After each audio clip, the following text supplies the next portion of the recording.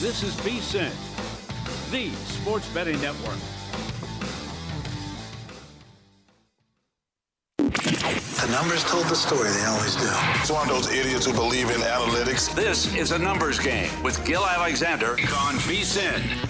Good Friday morning to you. It is a numbers game at VSiN, the sports betting network, VSiN.com, Game Plus, iHeartRadio, YouTube TV, and of course, SiriusXM channel 158. Gil Alexander in San Francisco. Once again, Kelly Bidlin in Las Vegas. Good morning, Mr. Bidlin. How you doing? Good morning, Gil Alexander. How we doing? I'm doing well. I don't know why I say that Bill Cosby style where I was like, good morning, Mr. Bidlin. I don't know why I say it that way. It's okay. On the show today, what a Friday. Fezzik Friday. Stevie Fezzik with his long-awaited return, his triumphant return to the show after 1 week off because he couldn't handle fireworks on the same weekend as doing a show. So we're anxious to have him back in studio. Jordan Sherwood, UFC 329 is this weekend. Conor McGregor returns. We talked to Jordan about that later on the show. Chris Felico on the World Cup. France is through to the semifinals. 2-0 win yesterday over Morocco. Chris has plays on all three remaining quarterfinal matches. The return of Are We Sure today? Wow. All right. Estamos seguros. Coming back on the show today. It's a good one, too. Okay. I look forward to it. And then it's not the NFL draft. It's not the NBA draft. It's not even the NHL draft, Kelly. It's the MLB draft this weekend. And Luke Swain, Vegas Refund, joins us this hour to discuss bets that he has made, bets that he recommends. Looking forward to that as well. Yeah, man, it's a good show. So I'm thinking to myself, I'm like, what were the two biggest things yesterday that might have caused people to make bets, rethink bets, that kind of thing? There's a short answer and there's a long answer. The short answer is what happened in Summer League yesterday. AJ Debonsa of the Washington Wizards says, yeah, all you Darren Peterson lovers out there, watch this. 27.7 boards, 2 steals in the Wizards' 92-88 win over the Jazz. Peterson had 24 in the end, but he did it on 6 of 18 shooting with 8 turnovers and 9. What does that say? 9? What is that? PFs? That is 9 personal fouls because you're allowed 10 in Summer League, Gil, and we almost saw a couple players hit that mark yesterday. Which does not happen very often, as you can imagine. I don't know if that caused people to rethink their Rookie of the Year bets, think about making a Rookie of the Year bet on Debonsa, who is not the short shot in this. So that was pretty interesting. That's the short answer. But the long answer, can we just shout out? You know, we did this. I did this adorable thing yesterday on the hot dog eating contest that was really targeted for DGens specifically and seems to have gone over well. But the real shout out goes to Pablo Torre once again on this whole Kawhi Leonard matter. For those who missed it yesterday, this is actually, potentially huge news in the NBA. And of course, really has betting implications. So just to sort of review, June 30th, what's that now? That's 10 days ago, June 30th, Clippers were set to receive Brandon Ingram, Grady Dick, unprotected first-round picks in 2031 and 2033, pick swap in 2027, and 2 second-rounders, 2030 and 2033, for Kawhi Leonard. Big trade. Clippers send Kawhi back to the Raptors. And as far as Eastern Conference betting implications, Kelly, massive ones with Kawhi coming off a really good season with the Clippers, his highest scoring average of his career, going back to the team he won the championship with back last decade, at the end of last decade. But if you have not been following this is, by the way, we joke, like when we have a messed up segment, you and me, Kelly, I always joke, I'm like, well, they can't all win a Pulitzer. Well, Pablo Torre actually won a Pulitzer for this. 2019, according to the Toronto Star, let's go back when Kawhi went in that, we remember where we were that night when Kawhi went from the Raptors to the Clippers. Paul George came to the Clippers. SGA went over to the Thunder. A trade that we thought was going to, be a seismic shift in the NBA one way, and turns out it was a seismic shift in a different direction. But according to the Toronto Star, back then in 2019, as those guys, the Clippers and the Raptors, were formulating that trade, prior to that, Kawhi's uncle, Dennis Robertson, this is all from Pablo Torre and the Toronto Star before that, Uncle Dennis Robertson, Kawhi's unlicensed representative asked for ownership stakes in outside companies as part of whatever new deal he was going to get. Remember, his contract was up, which is already, as Pablo pointed out, a flagrant violation of the salary cap, of the collective bargaining agreement. I mean, just everything cardinal rule in the National Basketball Association. It also went on, the Toronto Star article at the time went on to say that the Raptors were, they said to Kawhi and to Uncle Dennis specifically, oh, there's plenty of companies here in Toronto that would love to have Kawhi endorse their products. And Uncle Dennis said to them, oh, no, I don't think you get it. He's not doing anything for it. Yeah. And so, by the way, the Raptors, on hearing this, reported it to the league. The Lakers, who were the only other team believed to have been in the Kawhi sweepstakes at that time, reported it to the league because apparently Uncle Dennis said the same to them. And in the end, what ended up happening is the league said, yeah, league investigators were like, there's not enough to punish here. So he ends up getting traded to the Clippers.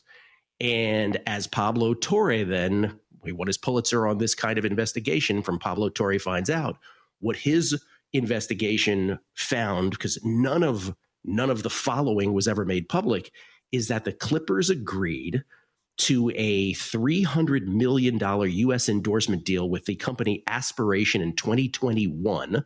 This is after he signed with the Clippers. Months later, in April 2022, Leonard signed a $28 million no-show sponsorship deal. Once again, there's an additional $20 million check as well. Whereas Torrey's podcast reported September 2025, Leonard's no-show deal with Aspiration required no work beyond staying with the Clippers, just playing with the Clippers. And a former Aspiration employee told Torre that the deal was made to get around the NBA salary cap by using a third-party company to pay Leonard more than the cap allowed. None of this made public. Again, this is why Pablo won the Pulitzer for this. And by the time that investigation launched, Aspiration was no more. In other words, this latest NBA investigation that has gone on now into its 11th month, Aspiration was no more. The company declared bankruptcy in March 2025 after co-founder Joseph Sandberg was arrested on allegations of conspiring to defraud investors of at least $145 million. He was sentenced to 14 years in prison. So all of this to say, Torre recently came out. So remember, this trade happens now as this investigation is still going on. Between the NBA and trying to figure out what's the deal with this Pablo Torre reporting on this company Aspiration. Did they circumvent the salary cap? Did Steve Ballmer and the Clippers circumvent the salary cap after all? Is that the only reason, that this happened, that he ended up with the Clippers? Torre just put out a video right after the trade, right? The trade back to the Raptors now. Torre put out a video sort of clarifying things even more succinctly, saying, let's just think about what we're talking about here. In other words, the Raptors believe that the only reason they lost Kawhi Leonard back in 2019 in the first place to the Clippers is because they were unwilling to break the rules of the NBA while the Clippers were. How convenient now that the only team seemingly that was able to even be involved in a Kawhi trade today, modern day, was the Raptors themselves, because they were the most aggrieved party in all of this. And if he were to be traded back to the Raptors, the NBA's PR problem might shrink dramatically. So it was a brilliant sort of articulation of what's going on by Torre. And now I believe it provoked the NBA into sort of slowing things down here even more and saying, okay, because the NBA came out just when you thought this was going to go through no problem. The NBA comes out and in a statement, the Raptors said that they put the deal on pause. The Raptors did, after the NBA league office informed them that they would assume the risk of any potential outcome of the investigation. So in light of that, the Raptors were like, yeah, we'll wait till the investigation is over, because Kelly, they don't want to risk now getting Kawhi Leonard in this trade, right, goes through, and then all of a sudden the NBA says at the conclusion of this investigation, whenever that day might be, by the way, they say, yeah, we're voiding this whole thing, and guess what? Kawhi's a free agent. Yeah. So the Raptors very, very appropriately say, let's hold on and let's wait this through. Yeah, and that is the worst case scenario, right? What's the probable outcome here? I mean, I think we could say a lot of things. It could be suspension. I mean, something's changed. In my opinion, something's changed in the past couple weeks, because I don't think the Raptors would have ever picked up the phone to talk about Kawhi Leonard without calling the league office every single day. If it was me, it'd be like every 8 hours. Like, hey, we're getting closer and closer to this trade. Nothing's changed, right? Hey, it's Kelly again, just calling from the Raptors. Just wanted to make sure again, because we're getting closer here, that nothing's changed here. It's a wild story. And yeah, that is... I mean, the Raptors have no choice but to do this now. We can't put this all the way through. It's a ton of money on the line. It's assets, draft assets. It's players. Nobody's even brought up Brandon Ingram and Grady Dick. Like, what are they doing right now? Everybody's in limbo. It's a complete joke. We were talking about it before the show. Of all the problems that the NBA's had over the past year, this is quickly becoming, I think, one of the worst looks for Adam Silver in the league. Totally. This has been under investigation for 11 months now. It was over a month ago in the middle of the NBA Finals. Adam Silver said, this has to end, because they hired an outside law firm to get this done before the new league year, when all these teams could make moves. They've failed, and now they're trying to backtrack and make sure this is all done, I don't know, right and legally, and that's fine. But from a league standpoint, complete screw up, complete botch. This is a nightmare. And people have already made bets on the Raptors, right, to win the East, to win the title, all this stuff. I don't know if it goes through or not. And as Pablo points out at the end of his little clarification video, which he made just in recent days, the chairman of the NBA's Board of Governors, Larry Tannenbaum. You know what else he is? The owner of the Raptors. It's all just this web of cluster. You know what? It's incredible. We'll come back. Baseball to win July, race to 10. Let's do it next. So you're listening to this podcast because you want an edge. But what if I told you you're only halfway there? You've got the mindset. Now it's time to get the toolkit to match it. Here's the thing. Pro bettors, they spend thousands on data and tools. But what they don't know and don't want you to know is that you can get the same edge for a fraction of the cost with VSiN Pro. With VSiN Pro, you're going to get access to expert picks, public betting data, prop projections, powerful tools, analytics, and so much more. Just tap the link in the description and see why thousands of bettors are already using VSiN Pro to cash more bets. On a numbers game, the right data changes everything, and the data behind Shopify is hard to argue with. Millions of businesses worldwide run on it, including our own VSiN store. When we launched, Shopify's templates and AI tools got us live fast. Professional looking from day one. No tech background needed. Shopify checkout converts more customers and makes it easy for returning fans to come back and buy again in a single click. Shopify's built-in AI assistant Sidekick is there whenever you need help, building, troubleshooting, or just figuring out your next move. Check out what we built at vsin.com/store. Then go build something of your own. All you need is the idea. Shopify handles the rest. Start your free trial at shopify.com/vsin. That's shopify.com/vsin. Shopify.com/vsin.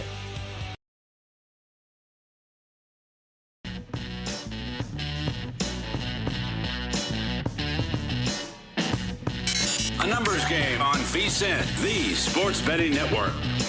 20 leagues, one mission. Just Win Bets Baby is your premier source for daily sports betting picks. They break down the data so you can bet with confidence across the entire sports calendar. Scan the QR code or visit justwinbetsbaby.com today and start betting smarter. With Just Win Bets Baby, the name says it all. Gil Alexander in San Francisco, Kelly Bidlin back in Vegas. A few more tweets. This is from Bruce Dobiggin. He said, a juicy side issue in the Kawhi collapse. Oh, this is an update. He said, Larry Tannenbaum has just in the last week completed the sale of his shares to Rogers Corporation. Yep. He is no longer part owner of the NBA team. Holy coincidence, Batman. Mm-hmm. Interesting. Darren Frazier. So is today actually a Fezzik Friday, or did Fezzik need another day off? I'm sure there are fireworks somewhere. Asking for a friend. By the way, it was 98 degrees here in the Central Valley and a high of 64 in the city yesterday. Enjoy the weekend, Gilly. Yeah, we like our 64s here. Yeah, screw you, man. It was like 110 yesterday. 64 and sunny. Finally had one of those moments where I was running around doing a couple errands, like you're running in and out of the car, and I got back home. I was like, I just need to sit down on the couch for a couple minutes and catch my breath. It's so odd. Mikey P, Kenny G listens to the show. Think you could do a cool saxophone riff for a segment on the show? Yeah, we have a Kenny G. We have all kinds of celebrity names in the listeners. The tweets. Last name Nash. I'm sure Danny Psychology. Oh, this is the listener who blasted me after day one for the Red Sox bet. He says, I'm sure Danny Psychology has him thinking sportsbooks are rigged against him when a bet loses. Ignore the haters. Go Sox. And Fred Leonard's. Fred, I forgot all about this. Don't forget your attempt to get Luis Arias for MVP at 100-1 when he was flirting with 400 that year, and they quibbled with you then. I remember that. It's brutal, dude. It's brutal out there. Let's see. Brendan says, I took the Red Sox with you, and I didn't complain after the first loss. Well, thank you, Brendan. Thank you so much. I appreciate that very much. Let's go Red Sox, 6-1. 3 games left to the All-Star break. Our next guest joins us for all drafts, and he's kind enough to do so because he is the draft guru. You know him on Twitter as Vegas Refund. His real name is Luke Swain, and appropriately off air just before this segment, he said, oh, nice to see Kelly's not on vacation this time around. It's Luke Swain, everybody, courtesy of the Progressive Guest Line. What's happening, Luke? Thanks for having me. Okay, it's the MLB draft this weekend. I'll just go through again. This is not nearly as publicized as the other drafts, but in the top 10 prospects, there are 5 shortstops. It's big on shortstops. Grady Emerson, who's a high school out of Fort Worth, Texas. Was this Rock Chalowski, a shortstop from UCLA. Jacob Lombard, shortstop out of high school in Florida, Gulliver Prep. Shortstop from Alabama, Justin LeBron. Shortstop out of Kentucky, Tyler Bell. But there's others as well. And the draft is tomorrow. It's going to be, let's see, rounds 1 through 4, if I'm not mistaken, first. And then it's rounds 5 through 20 on Sunday. Wow. 20 of these.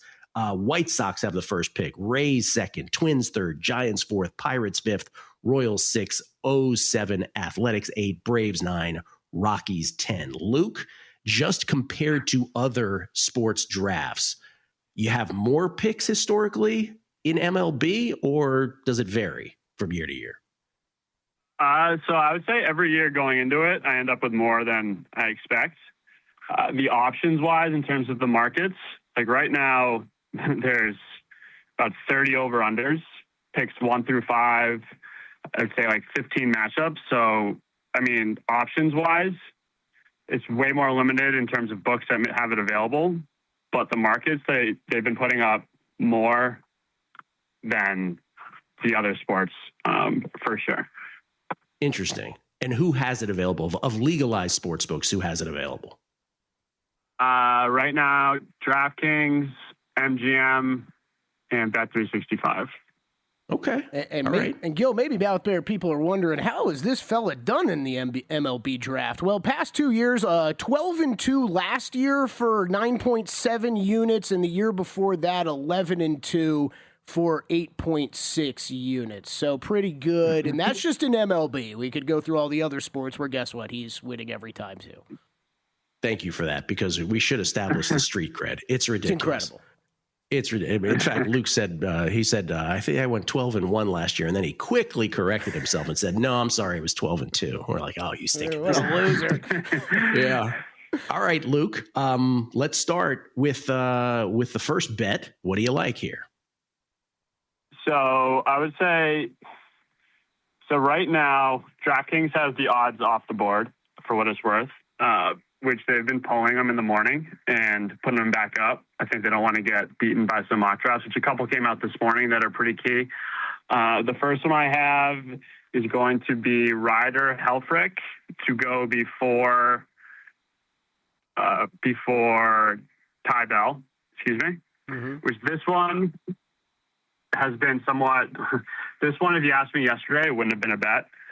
But a mock draft from Keith Law came out today, and he had a pretty strong hot take on Ty Bell falling for medicals. And historically, he has had hot takes that have been super against the grain, and this is as strong of an against the grain hot take that he's had, but they have come through more than not.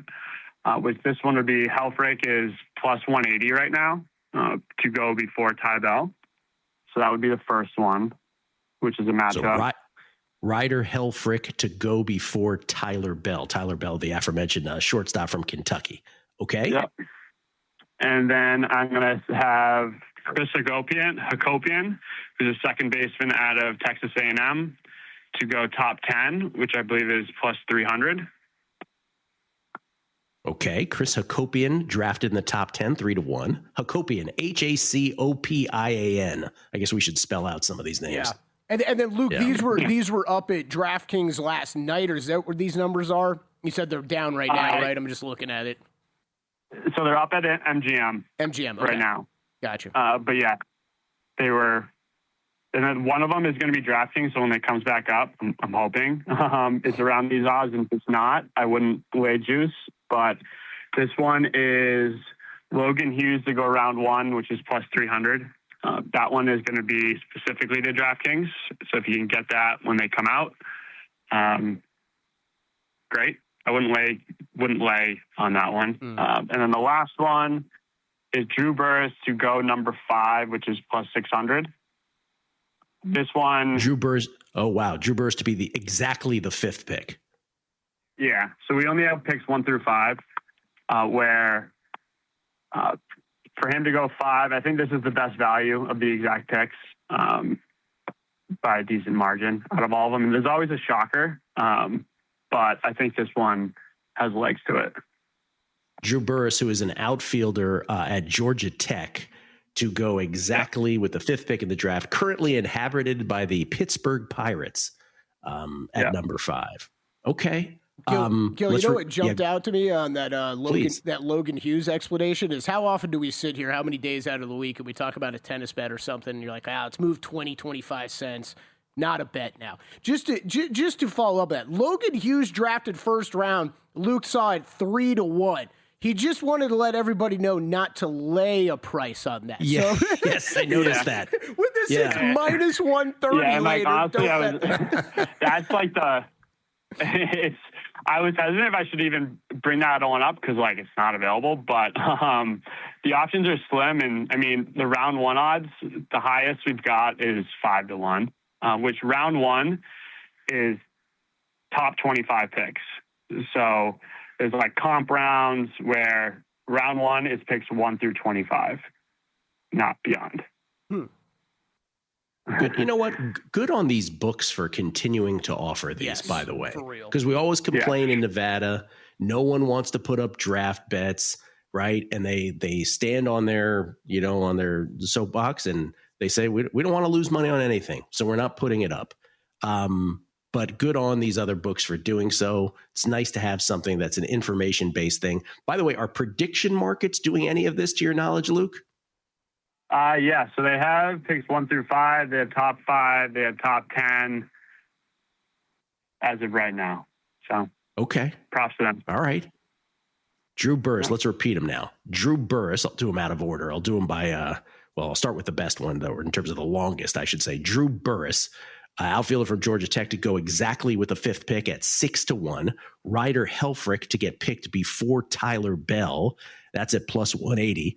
Logan Hughes drafted first round, as Luke just said. He got him at 3-1. It is now minus 130. Do not bet this with a minus in front of it. And then Chris Hakopian, Hakopian, to be drafted in the top 10 at 3-1. Luke, thank you for the NFL draft. Thank you for the NBA draft. Thank you for the NHL draft. They were all winners based on stuff you gave out on this show. Let's make it 4 for 4. I believe they call that the calendar slam if that happens. Appreciate it. Thank you. All right. Thank you. Luke Swain, everybody, at Vegas Refund on Twitter. Is there anyone we have, Kelly, that does this show, with apologies to everybody, but is there anyone we have that is more straightforward winner on everything than Luke? No. Yes. With apologies to everybody, and I love everybody. With apologies to everybody else. He dominates these drafts. He's a dominator.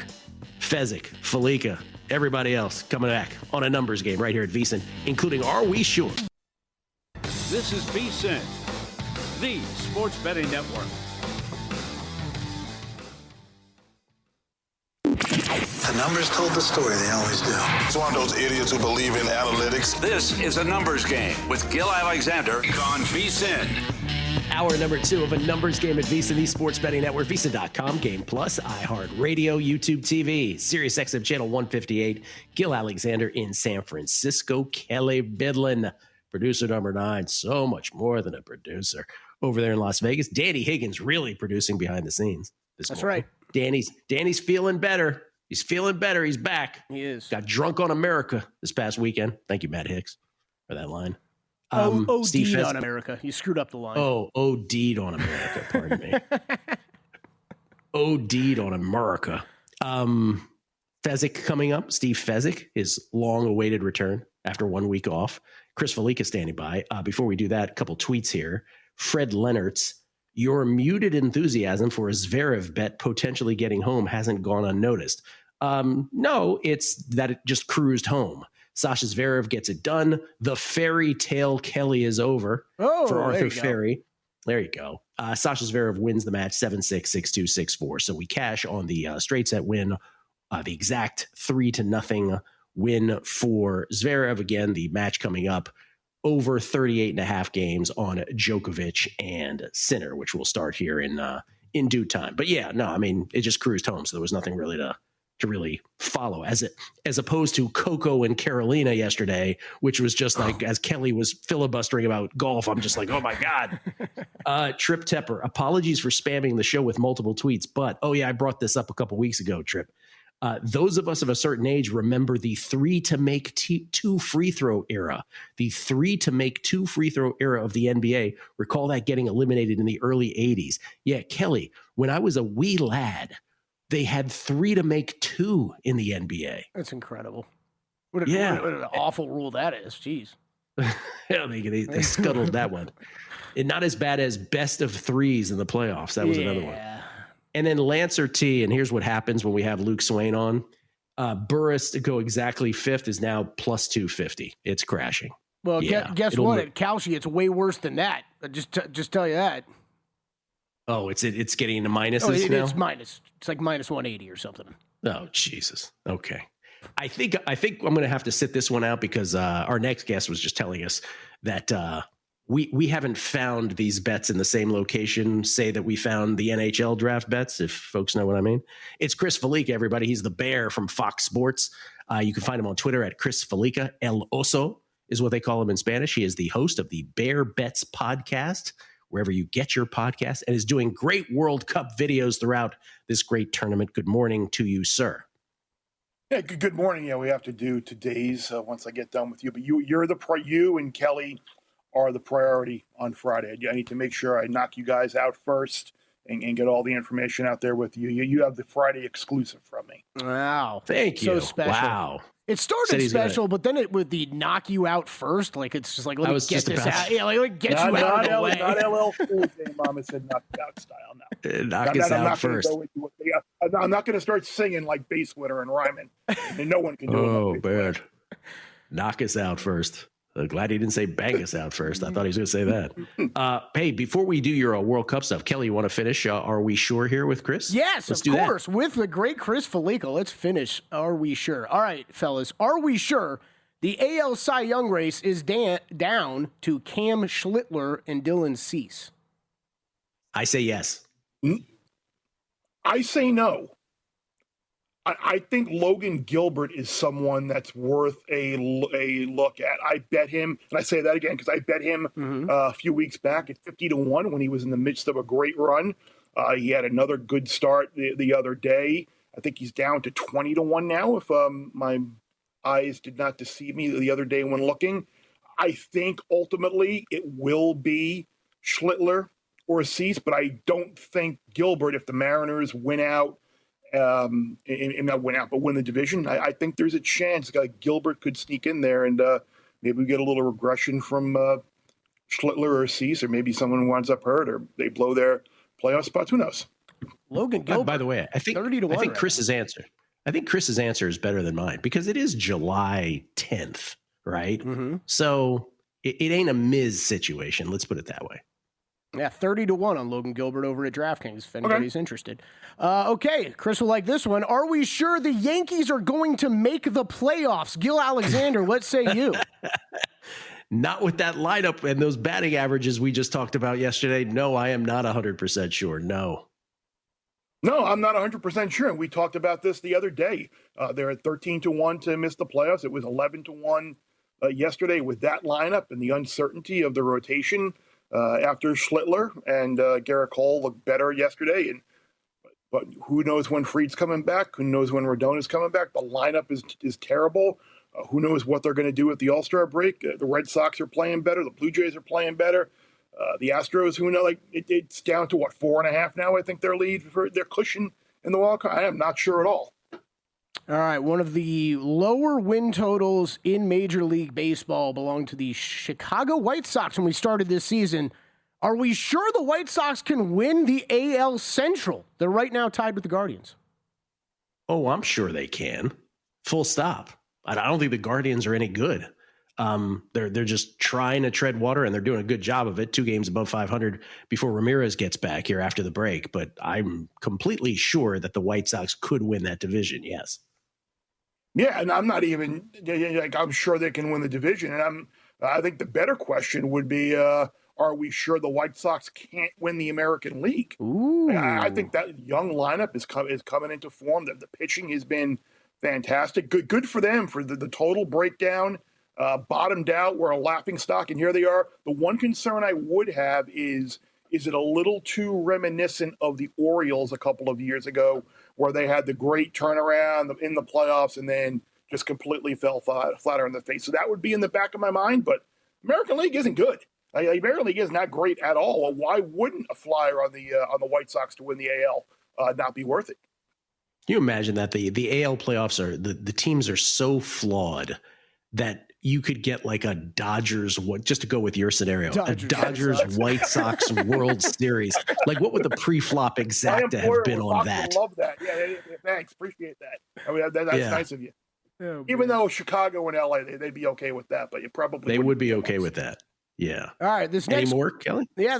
We got 2 more. This next question written by Danny Higgins. I have to say that before I read this, before these words come out of my mouth. Are we sure Josh Allen can get over the hump and at least make the Super Bowl this season? Oh, I thought this was going to be about Iva Jovic. Okay. No.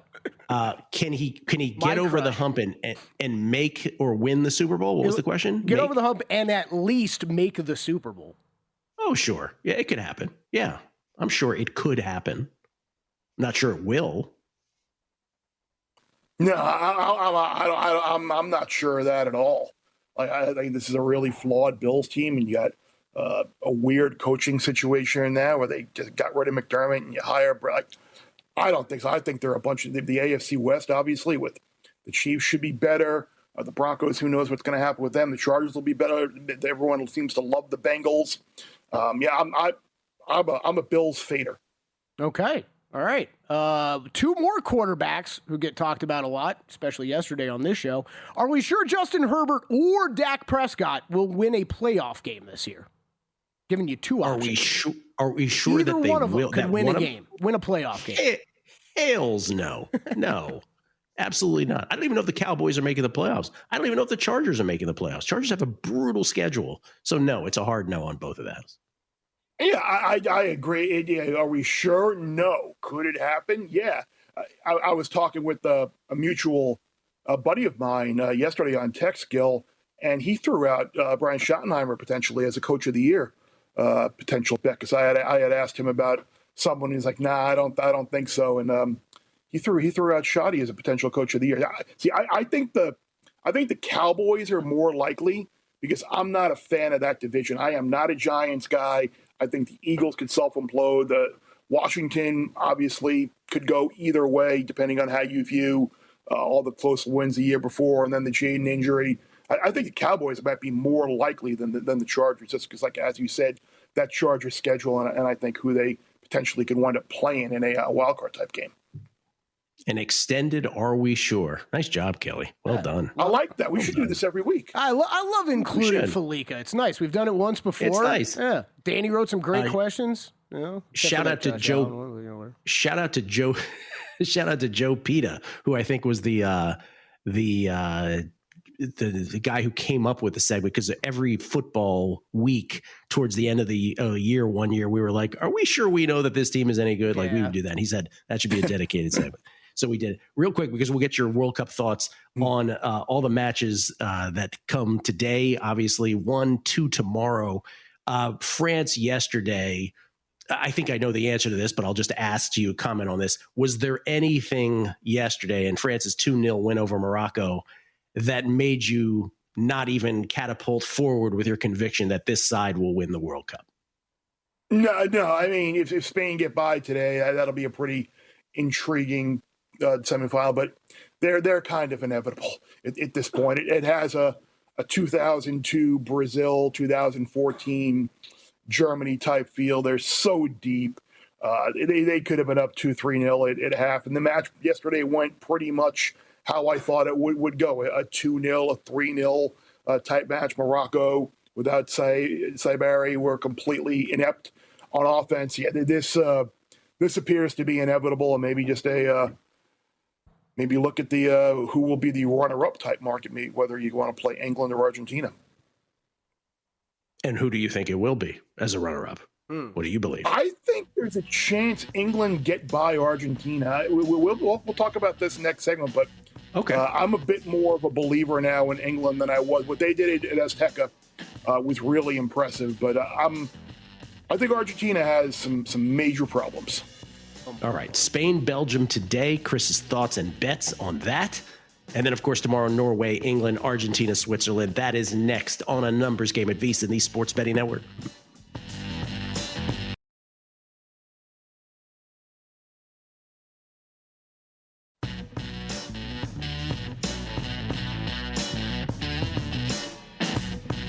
A Numbers Game on VSiN, the Sports Betting Network.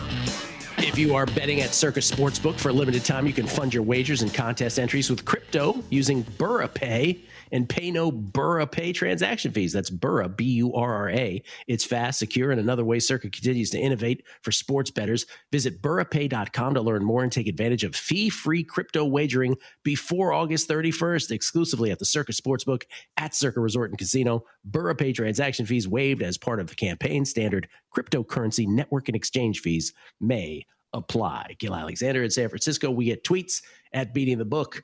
Dr. Van Nostrad talking about The Miz. I was trying to think of a recent comp. Of course, he didn't throw 104, but he does remind me of the Freak, Timmy Lincecum. Thoughts?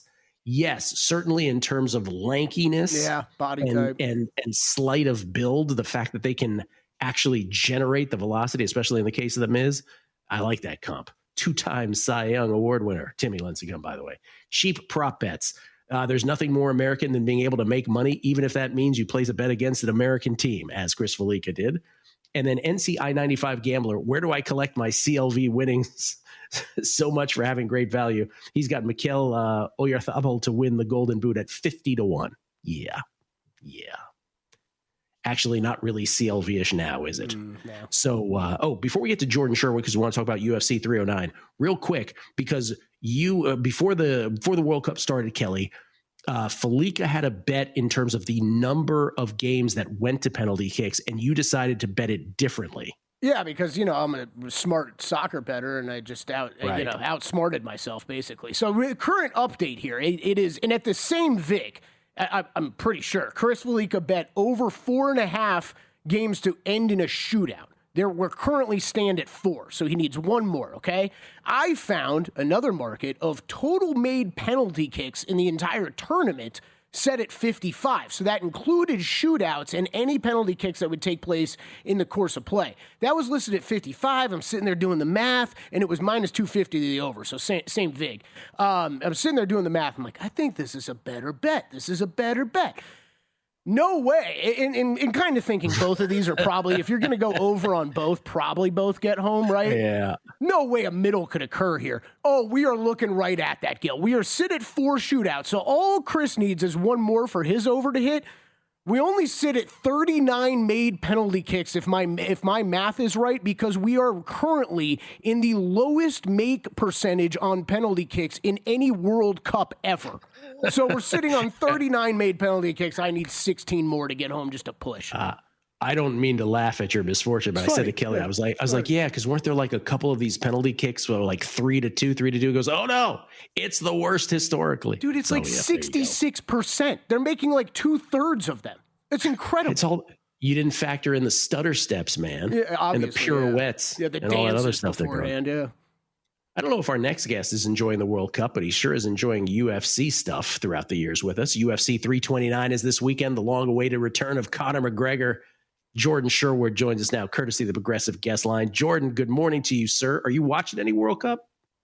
Oh, yeah. I think, how could you not? I mean, especially with, obviously, it being here in the time zone that works for us. But it's been such an exciting World Cup, and I think it's filled with stars. Like, people are now watching the EPL and watching other professional leagues. They know these familiar faces, these familiar names, and they're performing well. You were just talking about Lionel Messi and the Golden Boot bets that are happening. Like, he's performing well in his final World Cup. So absolutely been watching, and we'll be watching later on today. Jordan Sherwood, by the way, MMA advisor for Fat Jack Sports, co-host of the Unnamed MMA podcast. Follow him on Twitter at Wood on ESPN 1000. Jordan, who off air, I believe, said some version, Kelly, you'll correct me if I'm wrong here, some version of Gil can do nothing for me in a social setting. I'm all about Kelly in a social setting. I believe that's what he said. was exactly what he said. It was something. I think that's exactly well, I mean, I'm also speaking from personal experience. You know, Gil, you and I have not hung out. Kelly and I have multiple times. That's true. So I just know what I'm going to get on a Bidlin night out, and I'm all in on a Bidlin night out. So, there you go. Gil, let's get you to Chicago, and we'll change it up. Yeah, you'll be disappointed. You will be. It'll be disappointing. Okay, let me ask you about the main event here for UFC 329. This is at T-Mobile in Vegas. 13 years ago, Conor McGregor won a decision against a young Max Holloway. We have not seen Conor McGregor in 5 years, has not fought in 5 years. After he got beat by Dustin Poirier 2 times in a row. The second one was just brutal. He's now broken bone in the leg, if I recall correctly. He's now 37 years old. Jordan, I mean, he can't be any good, Conor McGregor, at this point, can he? Well, here's what I'll say. You know it's a Conor McGregor fight week when his price is going in a completely different direction from when it opened. Yep. He opened at plus 390. He opened another plus 320. He's now sitting at plus 170, plus 180. And I absolutely love it. I absolutely love it, because you are right. 5 years removed. He hasn't been training. He hasn't been in the gym. He's now 37 years of age. He's fighting in a weight class he's only performed in once before. And albeit Max Holloway has never fought at 170 pounds, but Conor McGregor, if you get past the aura and get past the mind games, he is not the same fighter that he once was, dominating 145 and winning 2 belts. This is a layup fight, in my opinion, for Max Holloway and Max Holloway backers if he survives that first 5 minutes. That first 5 minutes is going to be difficult, because the one thing that does not leave you if you change weight classes, especially going up, is your power. But the speed that Conor McGregor used to have won't be there. The timing, the familiarity won't be there. And Max Holloway has been fighting. That's all he does is fight. So I love Max Holloway in this fight. Great, Gil. A layup. If he gets past the first 5 minutes, it's a layup. Yeah. That's what I heard right there. I don't know about you, Gil, but I've been sitting here for 2 weeks thinking, man, I don't want to bet against Conor McGregor, and I know I'm going to have to, because of exactly what Jordan's talking about. We've seen this with so many fights before. This is going to move $2. Who knows where it even closes at on Saturday? I'm not rushing to bet it, but it's going to be Max Holloway for me too. I'm going to be just wait a little longer. So Jordan, you're betting Holloway. No rush to bet Holloway on the money line, but you're going to, at this point, you can bet him on the money line. And you're also betting him. I think that he could get the $2, even $1.90 come fight night. I really do. He's so like I said, sitting around 225, 220. I like him via TKO at $1.25. I like the over at 2.5 at $1.21. I think that is Max Holloway's path to the easiest way drag Conor McGregor into the deep waters.